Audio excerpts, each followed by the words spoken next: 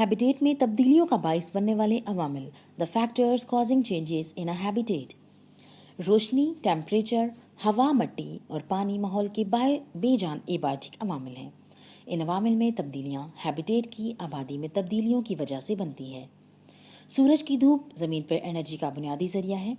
पौधे रोशनी की एनर्जी इस्तेमाल करके अपनी खुराक बनाते हैं। ज़मीन पर मौजूद ज़िंदगी की तमाम अशकाल खुराक के लिए बिलावास्ता या बिला वास्ता सब्ज़ पौधों पर इन्हसार करती हैं। रोशनी की शिद्दत या लाइट इंटेंसिटी किसी हैबिटेट में पौधों की तादाद को मुतासिर करती है। टेम्परेचर किसी हैबिटेट की आबादी में तब्दीली ला सकता है। टेम्परेचर में गैर मामूली तब्दीली हैबिटेट को मुतासिर कर सकती है। मिसाल के तौर पर गर्म पानी में ऑक्सीजन कम होती है। जब पानी गर्म हो जाता है तो आबी जानवरों के साथ क्या होगा? पानी ज़िंदगी के लिए लाजमी है। जहाँ पानी ज़्यादा हो वहाँ जानदार भी ज़्यादा पाए जाते हैं। हिजरत यानी माइग्रेशन एक और आमिल है जो किसी हैबिटेट की आबादी का साइज़ तब्दील करता है।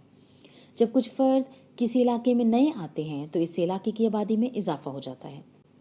खुश्क साली यानी ड्राउट वो हालत है जो उस वक़्त पैदा होती है जब किसी इलाके में एक लंबे अरसे तक बारिश ना हो। तालाब या नदियाँ खुश्क साली के दौरान खुश्क रहती हैं। तालाब में रहने वाले ज़्यादातर पौधे और जानवर मर जाते हैं। जब किसी इलाके में लंबे अरसे तक बहुत ज़्यादा बारिश हो तो इस इलाके में सैलाब आ सकता है। सैलाब के दौरान बहुत से पौधे और जानवर मर जाते हैं या दूसरी खुश्क जगहों की तरफ चले जाते हैं।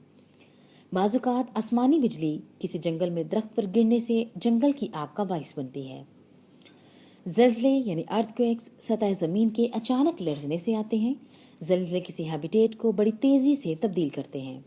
8 अक्टूबर 2005 में एक शदीद ज़लज़ले ने पाकिस्तान भर में वसी इलाके को तबाह किया। 70,000 से ज़ायद लोग अपनी जानें गंवा बैठे। जानवरों और पौधों की एक बड़ी तादाद भी बर्बाद हो गई। लोग हैबिटेट को तब्दील कैसे करते हैं? How people changes habitat. इंसानी सरगर्मियाँ भी हैबिटेट को तब्दील करती हैं।